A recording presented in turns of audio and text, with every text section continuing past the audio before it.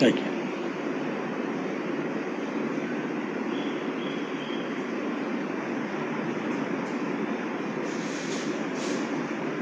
அறிவினால் குறைவில்லா அகல்ஞானத்து அவரறிய நெறியெல்லாம் எடுத்துரைத்த நிறைஞானத்து ஒரு மூச்சு என்று சொல்லும்படியாக நம்முடைய திருமாலுக்கு அந்த ஏற்றத்தை தந்தவர்கள் நம் ஆச்சாரியர்கள்.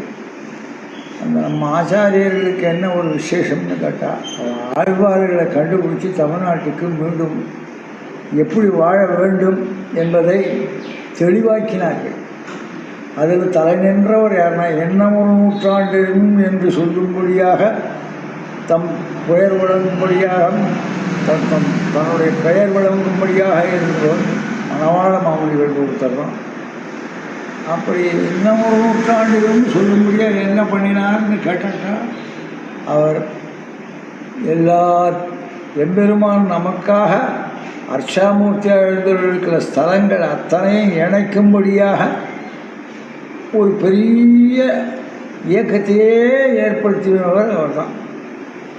அதை நன்றாக விவரிக்க ஆரம்பித்தோமானால் உண்மை அறிவு, பேரறிவு, நல்ல ஞானம் உள்ளவர்கள் யாராலும் மறுக்க முடியாத உண்மை அது.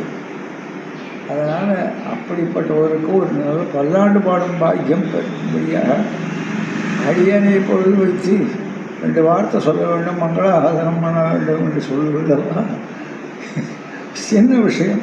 அதுக்காகவே இட்டு பிறந்தவர்கள் நாங்கள்.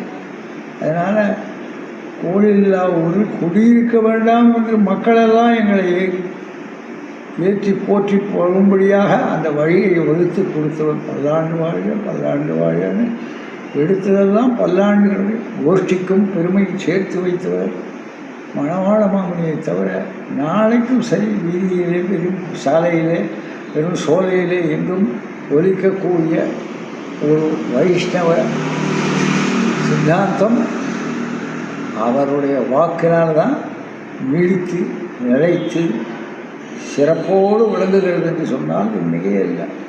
அது இன்னும் மேலும் பல்லாண்டு மேலும் பல்லாண்டு என்று அதை சொல்லுவதை தவிர நமக்கு வழி இல்லை என்பதாக சொல்லி வாய்ப்பினுக்கு நன்றி. பல்லாண்டு பல்லாண்டு பல்லாண்டு.